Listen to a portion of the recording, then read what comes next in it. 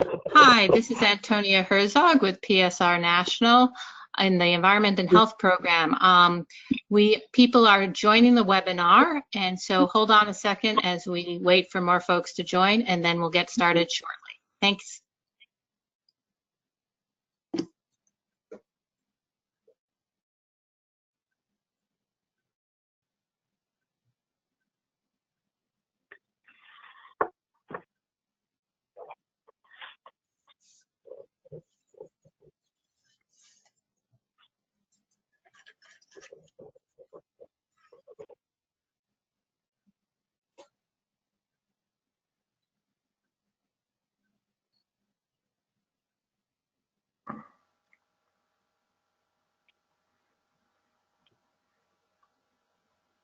Hi again, thank you so much for joining our PSR webinar. We're just waiting for folks to join, and we will get started very shortly.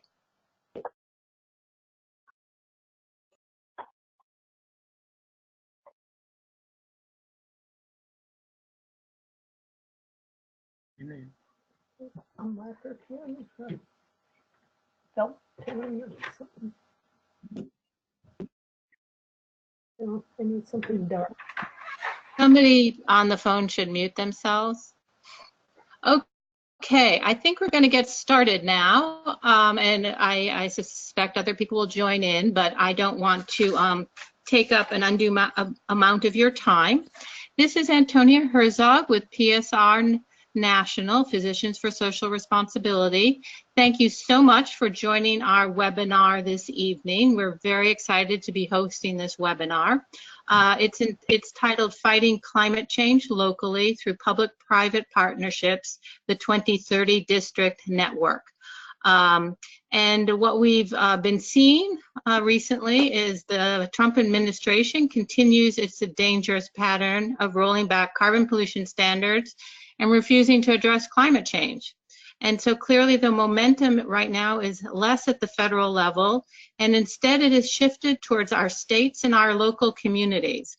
One important effort is being carried out at the local and state level, and that's called these 2030 districts and the 2030 district network.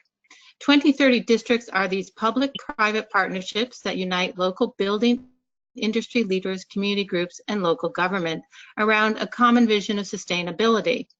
We're going to learn more about the 2030 districts and the network this evening with two speakers. Our guest speaker, Peter Dubrovny, and I apologize if I mispronounced his name, as well as our very own Executive Director of PSR Arizona, Barbara Warren. Peter Dubrovny is a retired architect and city planner.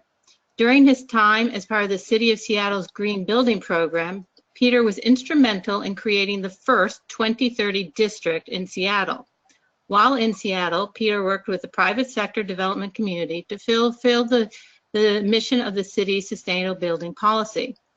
Then in 2016, Peter co-founded the Tucson 2030 district, of which he currently serves as chair. Peter will be presenting a PowerPoint, and that will then be followed by Barbara Warren, Executive Director of Arizona PSR. She will be giving a few remarks about the 2030 district that she's part of in Tucson. Barbara is a retired physician in internal and community medicine. She holds a public health degree in health services administration and has served on faculty at 4 medical schools. She works with the Arizona branch of PSR to promote clean, renewable energy, water protection and conservation, and education for communities to address the health and environmental impacts of the climate crisis we are facing. Barbara currently serves on the Tucson 2030 District Board of Directors. So that's my introduction for our speakers this evening. To make it a little easier, Peter will talk and then Barbara will give a few remarks. At that point, we will take questions from the audience, but we won't take them orally. We're going to take them through the question box, which you should see on your screen. And you can type in your question and then I will read them out to the speakers and they can then answer the questions. The webinar will wrap up at 9 p.m. Eastern Time. At this it over to Peter, and he can begin his presentation. Go ahead, Peter. Very good. So can everybody see the first slide on their screens, the 23 district concept? They should be able to. Okay, well, let me go ahead. So how did this begin?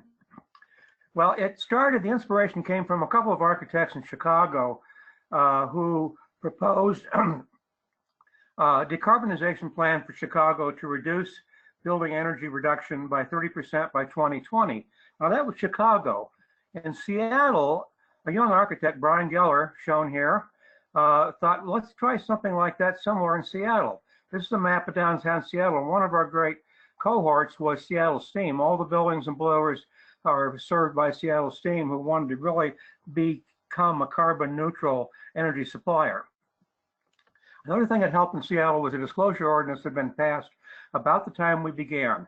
This required all buildings, commercial and multifamily, over 100,000 square feet, to input their performance information to our portfolio manager. It wasn't available to anybody, but it was available to prospective tenants and prospective purchasers. And the idea was to get building owners to make their buildings as green as possible so they were as attractive as possible. Also at this time, I had met and knew Ed Mazria, who has the firm Architecture 20 in Santa Fe, New Mexico. Ed had proposed the 2030 challenge about 2006. And the reason for this was that he had looked at some of the IPCC climate assessments and what was happening, what could happen with emissions if we didn't start to control them. So this is a chart that looked at some different scenarios of what could be done to reduce these to avoid serious climate change damage. And the question is, where do these emissions come from? Well, this is national breakdown of CO2 emissions by sector, and you can see that almost half of it's buildings, a third of it's transportation. So there's a lot there that we can deal with, basically in the built environment, people coming and going to work. So when we formed the district, Australia had introduced a 2030 challenge for planning, which not only looked at energy use reduction, but also water use reduction and reduction of CO2 from transportation. The idea being that we make incremental reductions so that we reduce that in existing buildings, all three of them, by 50% by 2030. For new construction, the plan was start at 50% reduction for all those and incrementally make reductions then in energy use so that by 2030, all new buildings are basically carbon neutral. So, with a lot of effort, we formed the 2030 district. It was the first one in the country. We learned a lot as we went along. When it was formed, we had 44 property owners, 36 professional stakeholders, and 20 community groups. And we had about a little over 40% of the total building area within downtown Seattle. Interestingly enough, if you look at the map on the left, it looks like a dog, doesn't it? About ready to jump off in the Puget Sound. Anyway, we put together some performance targets for energy. We had a baseline that we could use, and we could the average use was using Energy Star average numbers for the district, and then we could baseline our performance against that. And you can see on the right-hand side, some of the buildings were doing very well, some were okay, a bunch of them needed a lot of work. For transportation, we had a local group called Commute Seattle that looked at the commute traffic in downtown Seattle, which was the majority of traffic, and the breakdown of all of these, and came up with an average number of 390 kilograms of CO2 per commuter per year. So the goal here was to reduce that by half to 190 kilograms of CO2 per commuter per year. And the goal would be to reduce drive-alone traffic and increase use of transit, and particularly walking, biking, and teleworking to reduce those emissions. For water, the original goal for the 2030 challenge was potable water use reduction. In Seattle, we're facing some serious problems with stormwater runoff in the Puget Sound, and so we incorporated also reducing stormwater runoff, combination goal of reducing stormwater discharge and potable water use incrementally to reduce the 50% reduction by 2030. And you can see on the side here, three different building types. A tall building, like a multifamily building, small roof area, can't do much. They got to work on potable water use. Look at the bottom one as an example. A retail building with a large roof, large parking area. They can do a lot with stormwater management. So it gave different buildings different options for reducing their water use holistically. We had an online dashboard that we put together that we could measure progress against. On the left, it shows what the goals were that we wanted to achieve. And on the right was the point in time when we were measuring the progress that we'd achieved, because we were tracking the performance of all of our building owners, so we could see where we were in terms of reaching the 50% reduction goals. We also put together a tool to work with property managers called Assess, Target, Deliver. Because of the benchmarking being done in the city, we could show a building owner how their building compared based upon national average energy use. There could be very good performers, pretty good performers, or in the yellow, buildings that really needed a lot of improvements. We could then do a complimentary with some of our professional partners walkthrough and give them some ideas of some changes that could be made, which would hopefully motivate them to make a decision to move forward to make improvements to get their buildings either showcased as examples of good performance or make the improvements necessary to reach the 2030 challenge goals. Now, one of the things that made this work, thanks to the benchmarking disclosure ordinance, was that we could show a building owner, that's the one to the left, two buildings there, two of his buildings, their performance, and the numbers in red show the current reduction from the national median. So one of them's 13% below, one of them's worse, it's 7% above actually. And more often than not, we could show him a number of buildings similar to you in use and size to his, and more often than not, there would be one or two, like shown here, that are performing very well. So this became very good motivation for a building owner to say, I guess I better make some improvements and catch up if I want to stay competitive in this market. This took collaboration among a lot of entities. This chart shows one particular project we worked on through Microsoft that involved the 2030 district, the city of Seattle, Seattle City Light, where I worked for a while, and CBRE.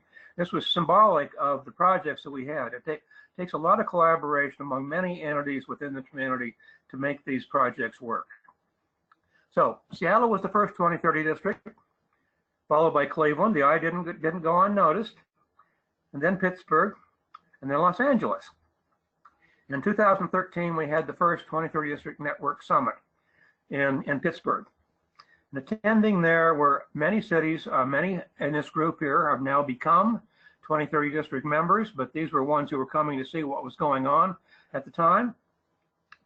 And hopefully this is a video that's going to work. There we go.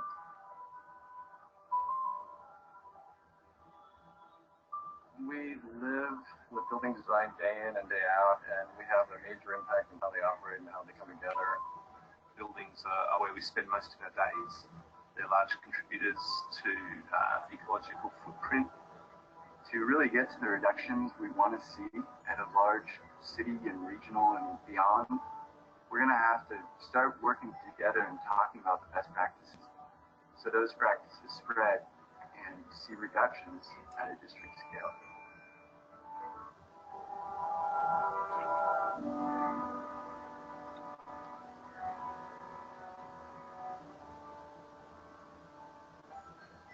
When we founded the Seattle 2030 district, we did it with the foresight in mind that we have to be able to replicate this model in other parts of the country, maybe even other parts of the world. Denver has a pretty strong sustainable culture. It's part of the Denver lifestyle. It's a Rust Belt city. Its population has cut in half from its peak in 1950. We have an older building stock, so from an energy efficiency side, we have a lot of opportunities to make those buildings much more energy efficient. You go to downtown LA, we have 13 million square feet of energy started rated buildings just in buildings over 1 million square feet. So all these high rises are doing great.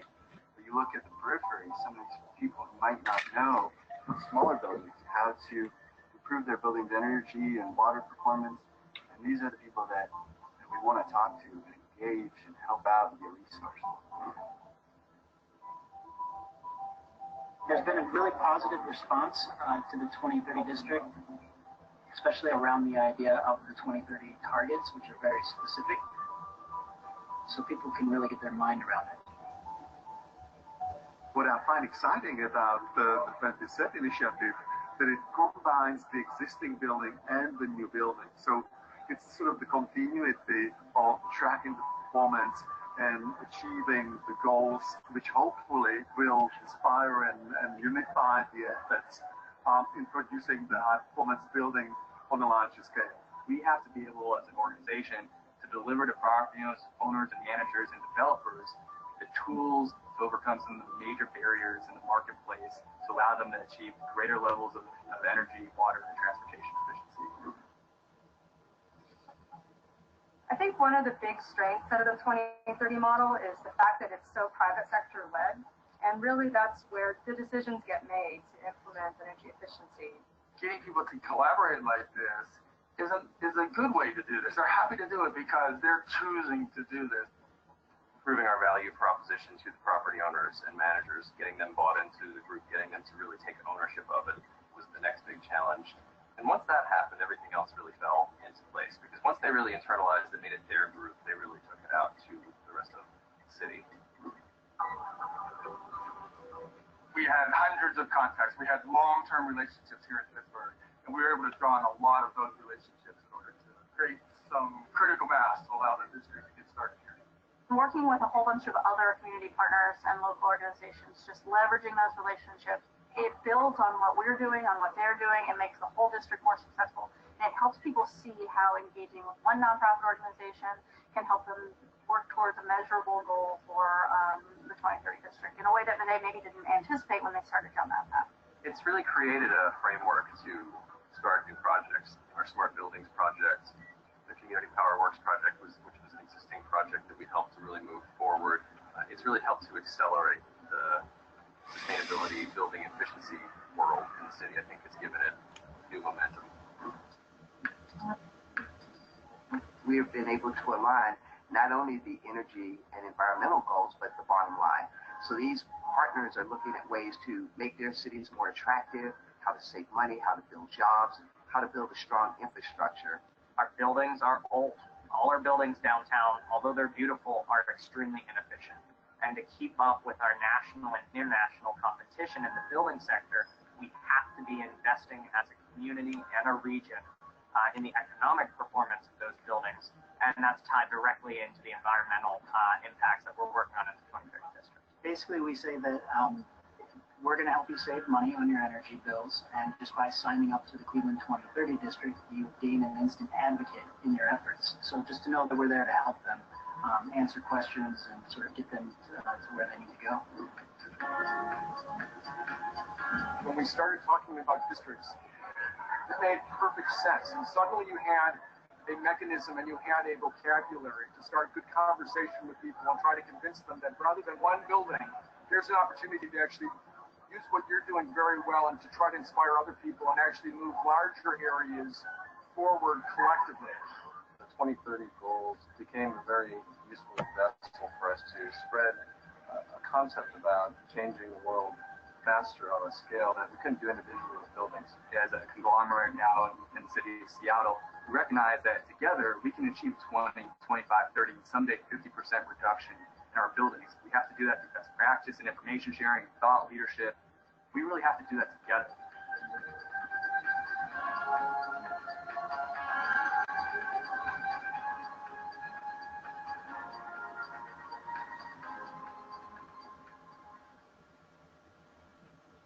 So I think that's a good description from many people about what districts are all about. And like I said before, this hasn't gone unnoticed. There are now 22 established districts around the country. Tucson is the most, and they have over 470 million square feet committed to meeting the 2030 challenge goals. That's not the square footage in the communities.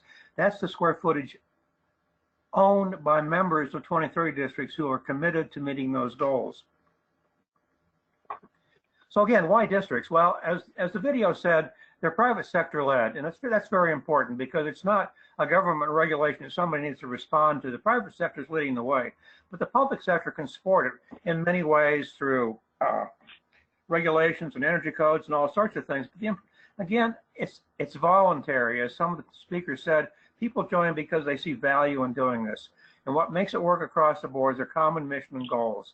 The 2030 challenge is fairly simple to understand, and it's got a good reason for being pursued. And lastly, it's connected to market realities. Anything that's done here needs to make financial sense to building owners and other members who are members of districts. And this is put together to show reported progress from some of the districts around the country in terms of their energy use reduction. So you can see they're all about on track with where they need to be at this point in time. San Francisco is obviously the leader here. They've reduced their energy use from the national average as their baseline by 40%. So they're well on the way, and a good example for others to pay attention to and catch up with.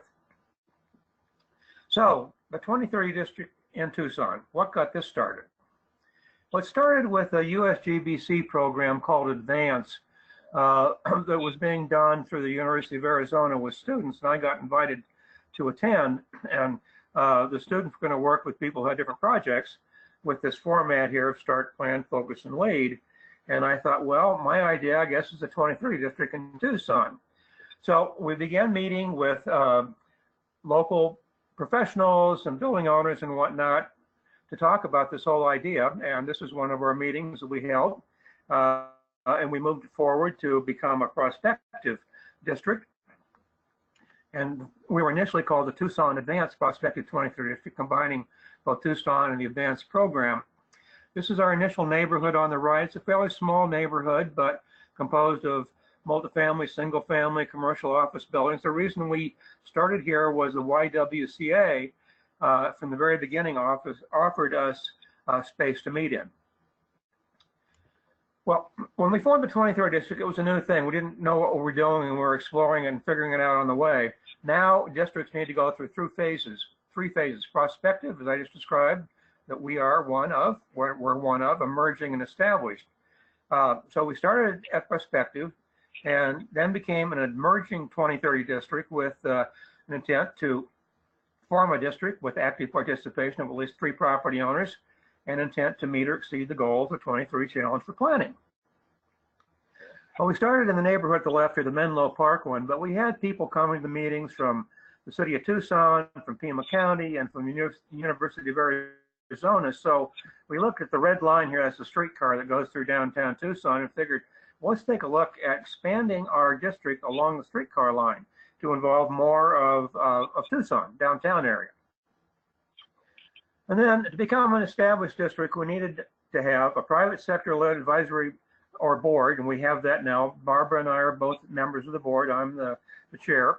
And it needs to be composed of at least 40% property owners, 20% professional stakeholders, and 20% community stakeholders. And you can see here that we need to have a majority of property owners leading the show here. We needed to have commitment letters from at least 5 owners and managers. We set targets for energy and water reduction to meet the 2030 challenge. And we signed a charter with Architecture 2030, which is a part of the 2030 district network. So this is the current downtown district area that we are working on. We became an established district last December with the building square footage within the current 2030 district, total of 23.9 million square feet.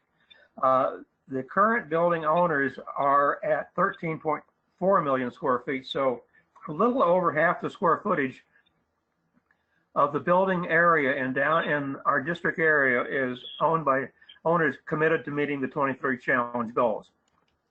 Now, what really made it work for us to become an established district was signing MOUs with our 3 major property owners in the district: Pima County, the city of Tucson, and the University of Arizona. So what are the connections that we had to make between the 2030 district and these partners to get them to join the district and make sure that we could move forward collaborating to solve common goals? Well, these are the goals I showed before for the 2030 challenge. The one on the left for new construction, incremental reductions to 50%. For new construction on the right, immediate reductions of 50% in carbon neutral buildings by 2030. For Pima County, they signed a climate change resolution, which in part says they want to cut greenhouse gas emissions by 40 to 42% by 2025, very much in line with our goal of 50% by 2030. The city of Tucson put together a Action Climate Tucson plan And the chart on the left shows what the measured emissions are within the city of Tucson, much like the earlier chart I showed. If you look at the residential and commercial buildings and transportation, 81% of the emissions come from the area that the 2030 challenge is directed at making reductions in, the built environment and transportation. So good alignment there. And further, our mayor, Jonathan Rothschild, signed the most recent Paris Climate Agreement. So they're on board with the Paris Climate Accord. And the Paris Agreement basically calls for reductions in greenhouse gas emissions, just like we do with the 2030 challenge. Their purpose is to keep global temperature below 2 degrees Celsius this century, but very much in a line between the two. The University of Arizona is a signatory to the American College and University President's Climate Commitment, and when they signed on, they needed to set a target date for achieving climate neutrality as soon as they could, and set interim targets to meet that goal. So they're aiming in the same direction that we are with the 2030 challenge. The University of Arizona also joins the Research Coalition on Climate, so they will be collaborating with other top research institutions, finding practical solutions to climate challenges, which is something that can help all of us. So I'm going to show you an example here of how we work with property owners. This is a generic office building, we call it. It was one that we developed through an early class that we put together with the assistance of EPA, because they had some sample numbers for 100,000 square foot office building. So this is just one that's used to define the financial value of implementing deep building retrofits. So we can assist a property owner and put their information in the portfolio manager, which shows them where they are in current performance. It's got Energy Star score of 51. As you probably know, Energy Star scores range from 0 to 100. So this is pretty much an average building. And in order to meet the 50% reduction target, this building needs, as you can see on the right, a reduction in energy use of about 49%. So it's got a ways to go. We can also work with them and with some of our professional partners to take a look at improvements can be made in the building. These are the numbers that came from Energy Star, so they're generic also. The group at the top are sort of short-term, is 1.3-year payback, pretty attractive, $60,000 cost. But to reach the goals that we want for the 2030 challenge, we need deep retrofits. You can see some things here: replace the windows, insulate the roof, upgrade the HVAC system. So again, this is now costing a lot more. Now, a building owner might ask himself, well, why should I spend $628,000 to fix my building up so my tenants get cheaper rent because the utility costs are lower, even though I've got Energy Star score of 93? So one of the things we do with them is take a look at what the current market value is. I'm not going to go into details here, but this is using fairly general rates and numbers from the city of Tucson. So the current market value for this building is about $5.5 million. Then we use a tool put together by Rocky Mountain Institute called the Deep Retrofit Guide. And it looks at all of the operating expenses of the building, not just the reduction that occurs in energy expenses, but all the operating expenses. So obviously a renovative building, maintenance costs can go down, number of operating costs. They can probably even attract more tenants if it's a greener building. So the best case scenario here would be that the new market value now is about 3 times what it is before any changes are made. So this can become a good motivator for a building owner to say, yes, I should make these changes because I may want to sell the building and I can make a lot more if I do it that way. So that brings me to the end of what I have to talk about. This is just the website sheet for the Tucson 2030 district. So I will turn it back over to Antonia to move on with Barbara and be prepared to answer questions later on. Thank you. Thank you so much, Peter. That was a great presentation, informative. We'll now move on, and let me just quickly remind folks, if you have questions for Peter, type them into the question box and I can read them out later.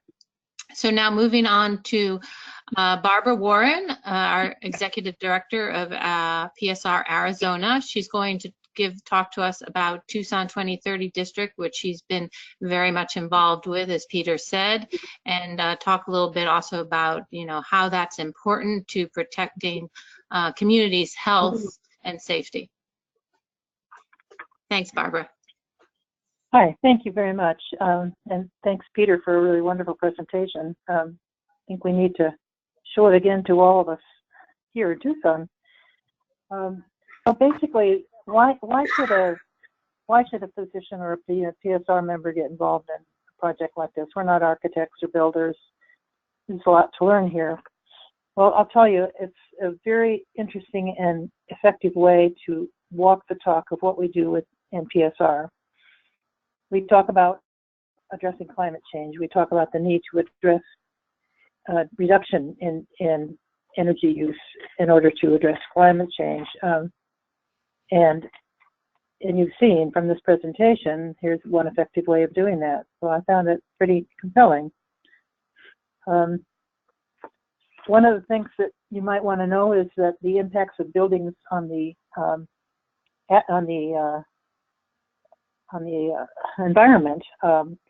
The building resources, or the built environment, has 40% of primary energy use in our communities. 40%, 72% of electricity consumption, and almost 40% of carbon dioxide emissions from the built environment. In addition, almost 14% of potable water consumption. And of course, we all know that water is at great risk with ongoing climate change. So it seems like a pretty effective way to begin to work with addressing climate change. And moreover, I was welcomed. We were welcome to be a part of this. The 2030 district actually found that there were things that we did within our chapter that we could offer to help them with what they're trying to do. And one example of that is that we had workshops that we had developed on building resilient neighborhoods, which you might have heard about before, to extreme climate events. We had some grant funding to do that at one point, and continue to work with that to offer neighborhoods help in talking through climate change risks. And on our risk is extreme heat, and so we talk about heat emergency preparedness and heat disaster preparedness. So we could take any kind of disaster scenario. But those workshops were attended by some people who worked in the 2030 district, and they said, wow, this is a great workshop model. So they invited us to apply collectively with them for a grant from the local energy department at the state level. We started out with the National Department of Energy, and they didn't have the resources at that time to give to this, but our state did. And so we put together workshops for several small businesses in the community, about a dozen of them at least. And we offered them information on energy use and water use in the same way that we do for the big building owners, and did offer walkthroughs of their buildings and found low interest rate loans for them to use to do retrofits to their buildings. It went very well. The workshop model we had developed and helped put the workshops together was very successful, and we're going on with that. Another thing we've done is, as people concerned about health issues in climate change, this is ask the question: why don't we have homeowners involved in this? Now, no other 2030 district in the country has involved homeowners, but we did develop a residential component, which it's fledgling. We're working on it with the neighborhood that's in the district, and we'll be working with homeowners to do the same kind of thing, and that is look at energy and water use in their homes and learn how to reduce those by energy efficiency measures and other things, and to find ways of funding that for low-income homes. But it's a way of also to getting the community together, thinking about why is it important for us to reduce energy use in addition to saving costs, but it's important to be able to be involved in something we can do about addressing climate change. So those are the kind of things, my experience with this, and I've been very honored to continue to be a part of this. I've been asked to join the board and to continue thinking about innovative ways we can address these challenges, and to continue to doing the really great work that Peter described in our downtown community and in the university and in the county as well. So I'd be glad to answer any questions later, and that's my presentation. Thank you so much, Barbara, for your remarks and insights about working with the 2030 Tucson district. Okay, let's open it up to questions. Again, if you have a question, please type it into the question box and then I'll read it out to the speakers. We do have our first question, and that is, I think this is a question for Peter. When a city is first joining the 2030 district, who is available to help them assess their needs and where they can best make improvements? Who's available to help staff their needs? Is that what was the question? Assess, which could be staffing. Okay. Well, I can tell you that many districts start off with some volunteer effort. I'm retired. I probably spend over half time working for the 2030 district, but I do that because I see that there's a reason to do that.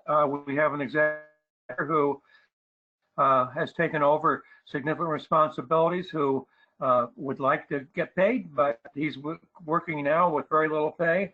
So often it starts with volunteer efforts. Now, one of the things that helped make it work in Seattle was we had some initial grants. In fact, we got a very good grant from EPA, Climate Showcase Communities grant of about $700,000. It was a 25% match, but even so, that gave us close to $500,000, which got us going.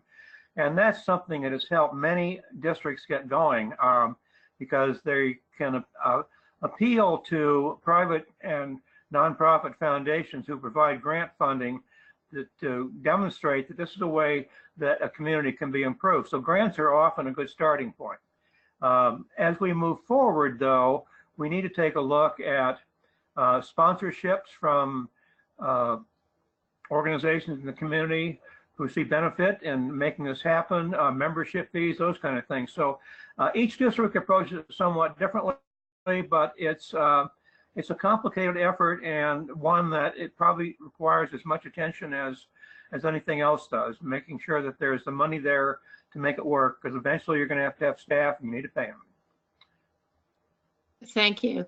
The next question that I have here is, this is a voluntary effort and that the goals are good, but what happens when the players don't meet those goals? And I'll just say here, you showed a slide which showed how different cities were right. Meeting goals, and some were definitely lagging versus others. They are, and that's always one of the biggest challenges, is fear of failure. But I think the important thing is to understand that, and particularly when we're working with many of our partners who have related goals, the important thing is to work as hard as we can to move forward to achieve what we can. There's no penalty for failure, and more often than not, in most districts, the performance of building owners is only shared if the building owner is willing to do that. The performance of members in a district is aggregated to show aggregate performance, because this is a group of people working together to achieve a goal. So that's always a concern, what happens if we fail, but more importantly is what happens if we don't even try. Right. Here's another question. Delighted to hear that Tucson has been able to include single-family homes and low-income housing. Please say more about how this is done and where funding may be found for subsidizing the needs of low-income families or owners. Barbara, you should probably address that. Well, you know, we're looking at other parts of our community that can help people. There are programs within the hardware companies that give away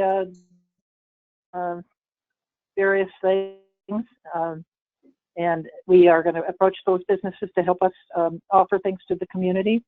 There are programs that are resources that are available through the water department and the Tucson Electric Power that are resources to help people to make their homes more energy efficient. They have a vested interest in doing that because it decreases their demand for electricity and water. And we want to watch water pretty closely in the desert here. And then also we are looking at grant proposals for possibilities to fund some of these things. The grant that we got from the Energy Department to work with small businesses, small buildings and small businesses is something that could be used in the community as well to help people retrofit their homes.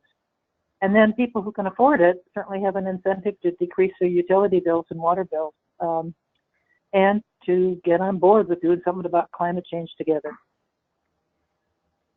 Well, let me add something to that too, because I think, typically 2030 districts use the downtown area because it's the biggest buildings and the biggest energy use. And one of the reasons that I think it's unique and special for Tucson to look at the residential sector is that we live in a very hot, arid environment.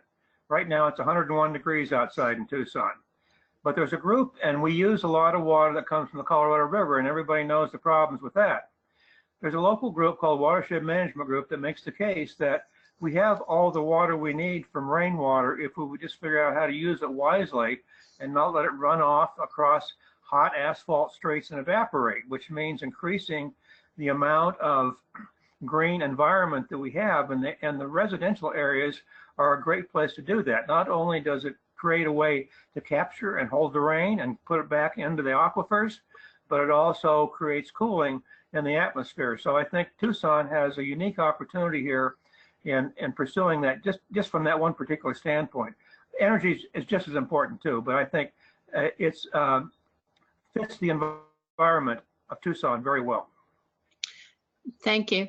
So the next question is, does the 2030 district promote the use of distributed energy? And also, what about green roofs, rooftop gardens? Yes, in Seattle, that was something that we did. That was part of our stormwater management approach was green roofs. In Tucson, it's a little bit different story. They require too much water to make a lot of sense here, but certainly that's part of it. Now, I'm not sure the term, what kind of energy? Distributed energy would be rooftop solar as an example? Absolutely. In fact, part of the 2030 challenge for planning, and it didn't show up on the charts, but there's a credit given for the use of renewable energy, which can be rooftop energy. It can be, for example, the city of Tucson is putting a lot of PV panels over parking areas and in the parks and other places around town to generate more energy. Our local utility, Tucson Electric Power, has a goal of, I can't remember the exact number, but it's a significant amount of renewable energy. So absolutely, renewable energy in whatever form it can be is certainly a part of meeting the goals, because that reduces the amount of emissions that we need to deal with. Right. I want to think about roofs in Tucson. We would want white roofs because they reflect the sun and the heat. So it's a different problem here. We don't have that much rain. Right. The next question is, how important is the role of local government in making the 2030 district successful? Do codes and regulations play an important role at all? Absolutely, they do. And that was one of the intrigues in Seattle when we formed the district. Seattle has probably some of the greenest codes in the country. And once the 2030 district got going, we found that the building owners were advocates for increasing energy codes and other whatnot codes that would make more sustainable buildings and a community. So it's a very important, the government's a very important part of it, because they do play that kind of role, and they can be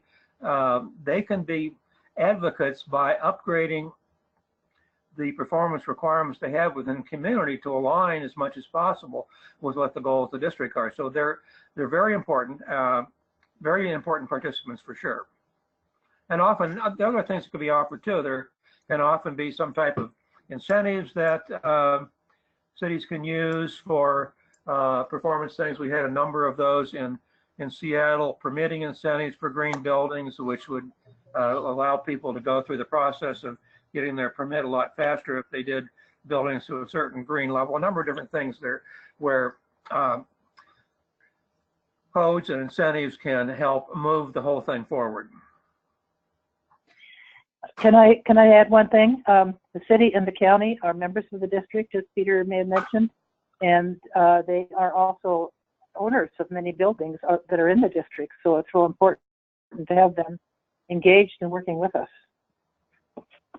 Right, good point. The next question, if I want my city to join the 2030 district program, how do we start and what are the first steps? Well, the first steps need to be getting a number of people together who are interested in pursuing it. And that means not only community organizations like Barbara's, which was very important, but building owners to understand what it's about and where they're going with it. Obviously, it's important to engage the public sector as much as possible early on. That can often be a challenge. We spent a number of months, if not longer, with the county and the city and getting them on board, because we needed to make sure that everybody was in alignment with where we were going. But it just takes the interest in getting a number of people together saying, yes, we want to form a district. Let's go out and continue to get more people. And we started here with a small group. And let me tell you an interesting story here. This came from Seattle. We had been meeting in Seattle every 2 weeks. And once we finally formed 501c3, Brian Geller, who was our executive director, said, well, maybe we don't need to meet every 2 weeks. Maybe we just meet once a month. 2 of the property owners said, no, we need to keep meeting every 2 weeks. We've got too much to do. I mentioned that to the first group I met with here in Tucson, and I mentioned that story, and I said at the end of the meeting, so would you guys like to get together again like in a month or so? And they said, no, 2 weeks. So I think it's that kind of commitment and desire to make a change in the community that gets people moving forward. That's what it takes.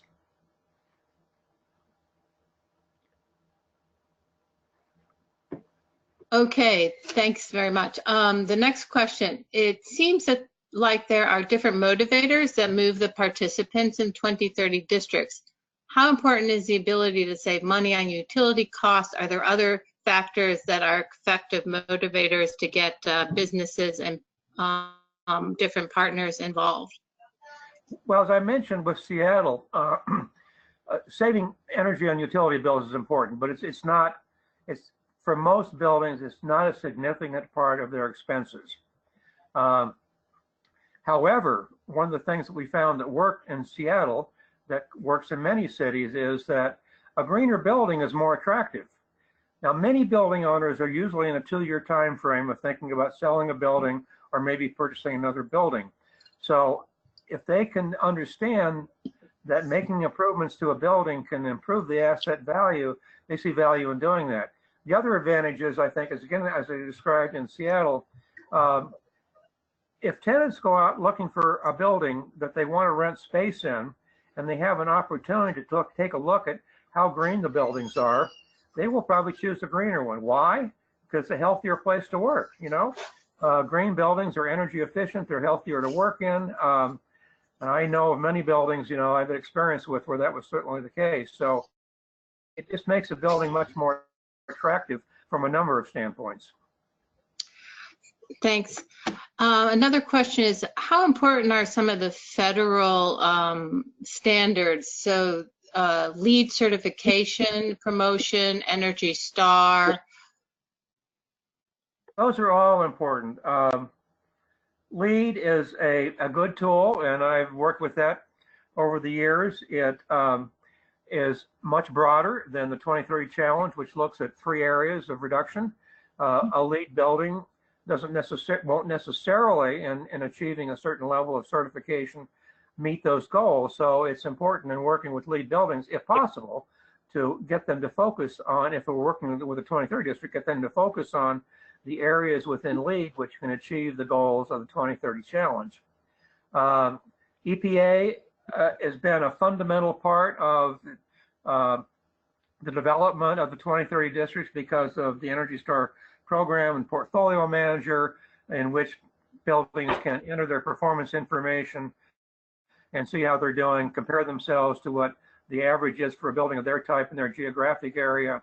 Been a very important tool to use, and will probably continue to be. There are other tools out there too, which can also be used, but I think those national standards are very important because people recognize the value of Energy Star. You know, a decal on a building saying an Energy Star score of 80 or whatever it happens to be is very important. Right. Another question here is, some of the 2030 districts that exist are very different types of cities. How much can these very different cities like Seattle versus Pittsburgh versus Tucson learn from each other? Good question, because that's one of the advantages that came from the 2030 district network. And let me start back in Seattle. When we got many of our building owners on board, they realized it was an opportunity for them to compete with each other to, you know, who had the greenest building, you know, and let's all work together to have everybody having a greener building. But they also decided, well, we can compete with other cities around the country. We can say that the buildings in Seattle are greener than other places, so this is a better place to come and set up a business or move to with your business. And the 2030 districts have played that role with each other very actively and very much want to work together because they realize this is one mission we're all working on together. So anything that can be done, even if it's friendly competition, helps move the needle forward for all of us together. Okay.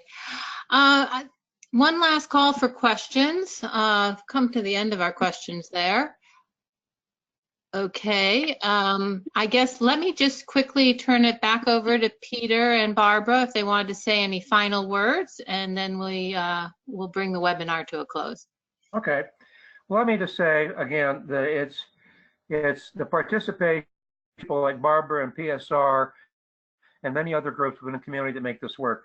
As the video indicated, it's not something that individuals can do on their own. It takes a whole community working together to make a change. And I think the reason it's very important now is that the federal government is on a different track in terms of addressing climate emissions and climate change. And it's really up to local communities to take the lead to move things forward, because our children and their children depend on us to make this a world that they can live in.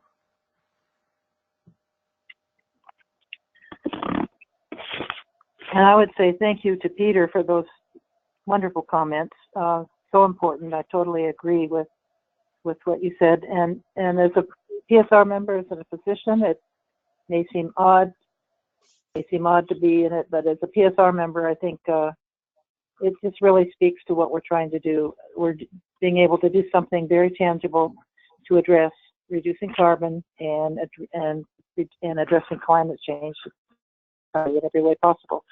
There are lots of ways to get at that, but this is one very wonderful way with a very large impact.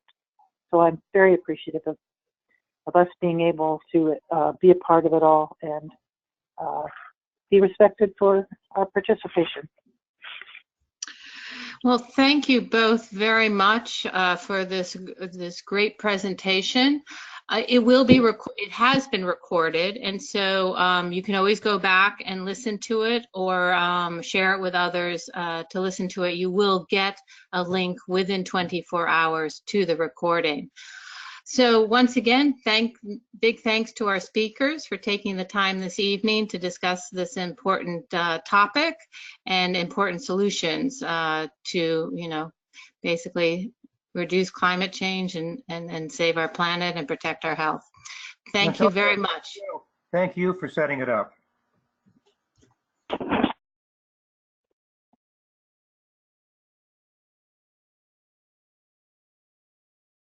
Thanks very much. Bye.